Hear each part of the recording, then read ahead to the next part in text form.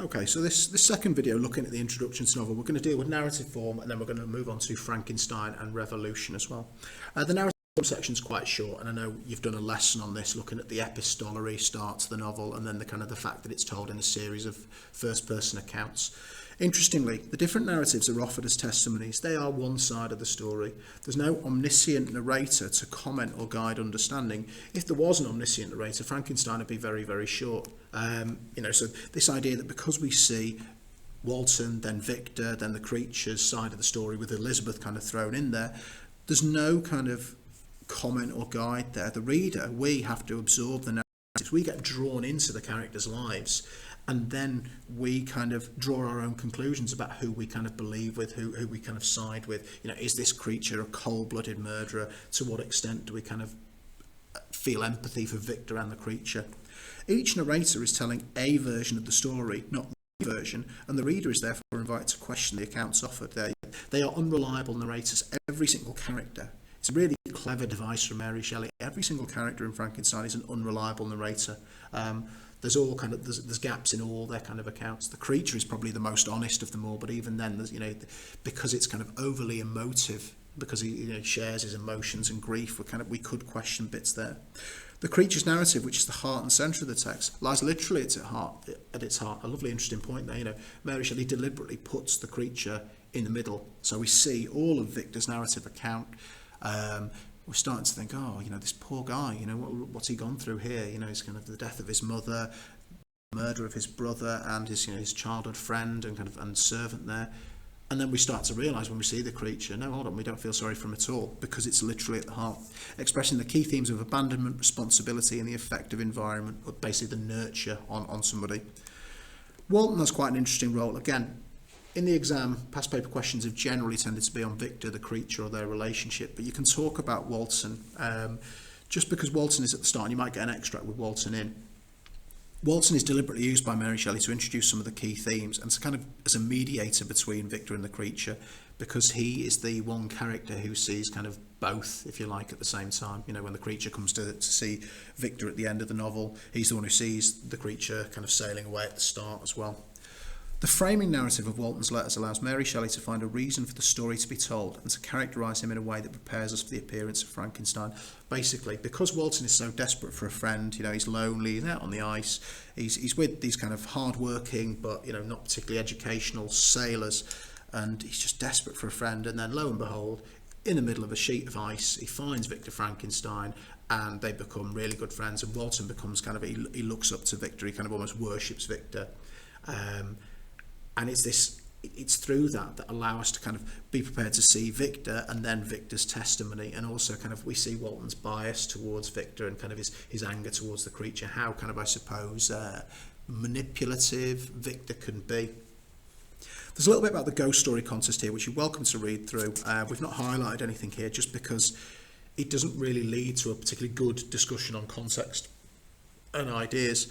Basically, Mary Shelley, Lord Byron and Percy Shelley were in a kind of a house in Switzerland, and they had the idea to set each other a ghost story, and it's from that competition that Mary Shelley kind of created Frankenstein. Really, we expect students to know that, but you can't really argue with that. It's just that's where the novel started compared to some of these big themes that we're talking about here. So the last bullet point we're going to talk about today is Frankenstein and revolution. When we're talking about revolution, we're talking about the idea that certainly in the kind of the 18th and 19th century, so the 1700s, 1800s, and even modern day really, there are times in society when people in the lower classes, working classes, are treated unfairly by people in upper classes, often by the king or queen, often by kind of people from basically an organised religion, so the church, or if there is no king or queen, by the kind of the head of state, the prime minister. And although it comes from kind of 1700s, 1800s, it's the same today really. It's the reason that people have kind of demonstrations, potentially riots in places like America when they think they're being treated poorly by Donald Trump. The Black Lives Matter movement, for instance, is a form of revolution there. It's a form of what we're doing to people in our societies is unacceptable. Donald Trump as our kind of president, we want you to change your behaviour. In Frankenstein, we're talking mainly about the French Revolution and this idea that people in England, because we're not a million miles away, were worried about the possibility of a parallel uprising. We're worried about the working classes, poorest people in society, because there are so many of them rising up and fighting against the upper classes. And it translates into a paranoia, upper class paranoia about the masses that characterise them as fearful and monstrous. So that word monstrous, this idea of them being a creature, is starting to be applied because of Frankenstein and because of Mary Shelley's creation of the creature. It's interesting to note, though, although Frankenstein engages with a range of radical ideas and philosophies, Mary Shelley generally presents an ambiguous attitude towards the idea of revolution. She's not saying, yeah, you should, challenge these kind of presidents, kings, queens, popes, heads of the Church of England and go and fight them, nor is she kind of saying, no, we should do nothing, we should just kind of carry on.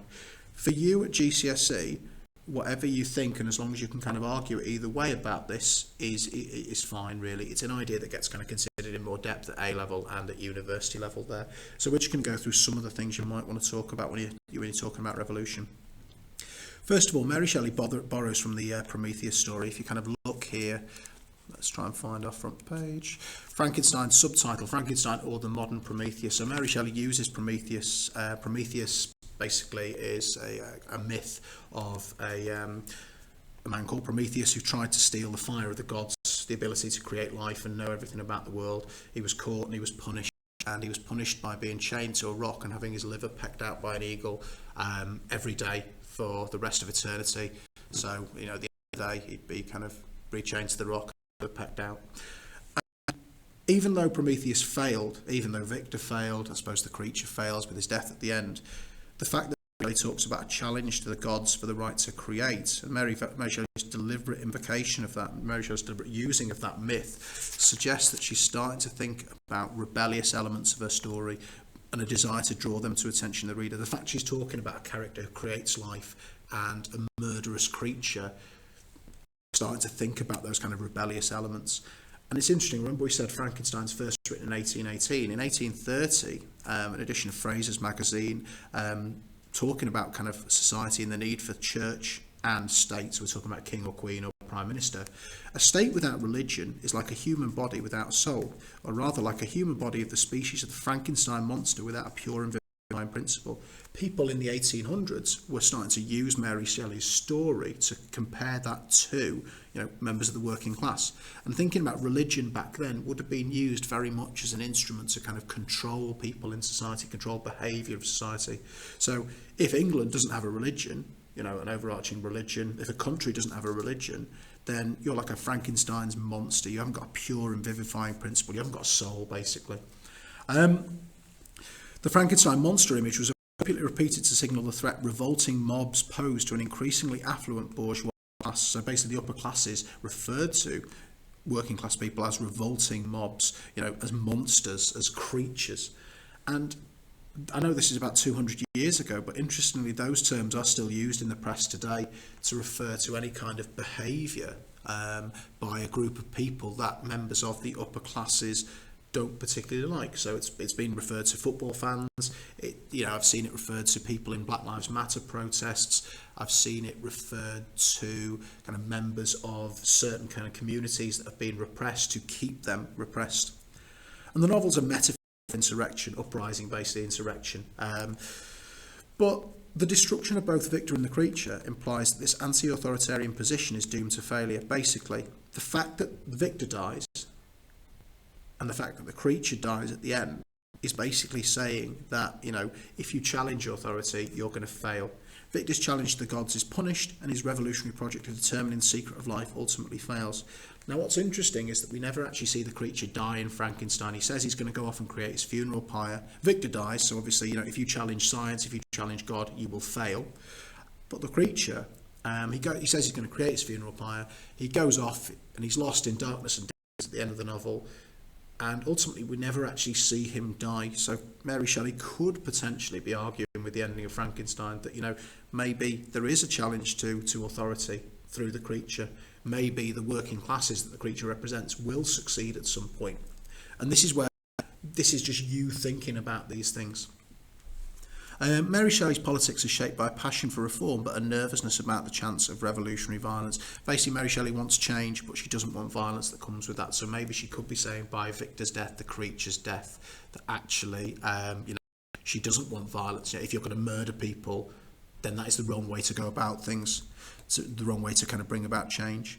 Mary Shelley said, "I'm not for violent extremes, and since I lost Percy Shelley, I have no wish to ally myself to the radicals," which explains why Frankenstein and the creature are doomed. If the creature does, we're to believe the creature dies at the end of Frankenstein. And the eventual failure and repression of these revolutionary protagonists is basically kind of saying that, look, try and change things. If you think you can play at being God, you upper class citizens, you're going to fail. And if you lower class citizens think you can take the law into your own hands, you're going to fail.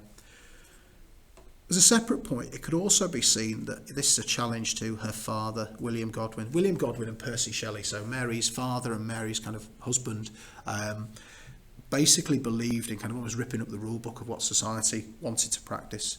They believed in kind of free love, moving away from marriage, trying to challenge these institutions that were going on in the world. And the fact that Mary Shelley kills off Victor Frankenstein, the fact that the creature dies at the end of the novel, could be seen as basically Mary Shelley challenging her father, who had rejected her when she eloped with Percy Shelley, and saying, look, actually, the ideology that you've said, the fact that you want to change everything, that's going to fail because these two characters die, and that they represent what you kind of think is going to change.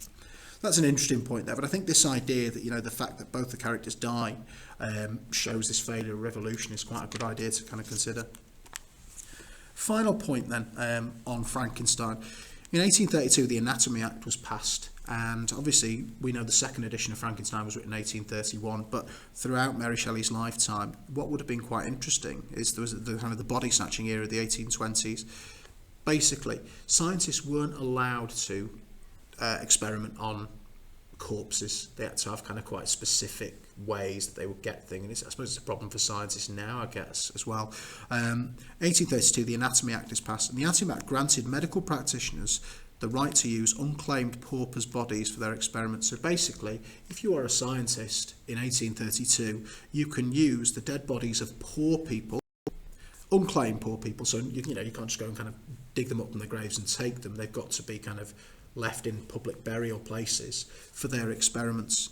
And so basically what we're saying, what the UK government is saying, it's absolutely fine for you in the 1830s to take poor people and experiment on their dead bodies. Never kind of not really caring about their loved ones or families. If you had, for instance, a family who died, think about all the various diseases and things that were going around back then. A whole family that died, they would be unclaimed, so you can kind of use them for any kind of experimentation. And it promoted enormous anxiety amongst the poverty-stricken, the poorest people who saw themselves becoming the victims of scientific progress. Basically, the government are saying, you can do whatever you want with these dead bodies, scientists. So people like Victor Frankenstein, it's fine, you go and take whatever you want, practice whatever you want, do whatever you want with them. Don't let people die with dignity.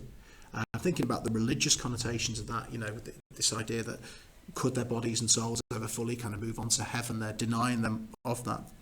And when you're thinking about the creature is made of these body parts. So the creature is literally made of the body parts of the poorest people in society. So he becomes almost, if you like, one of those people. He represents the kind of the working classes in society because he is made up of their body parts. And that caused a great deal of concern there as well. So the fact that the creature kind of rises up, the fact that the creature kills members of the upper classes in Justine, in Elizabeth, in William, and he's responsible for the death of so many, he brings about the destruction of Frankenstein, could suggest that actually Mary Shelley is saying, look, this sort of thing needs to stop, really. We can't be doing this in society.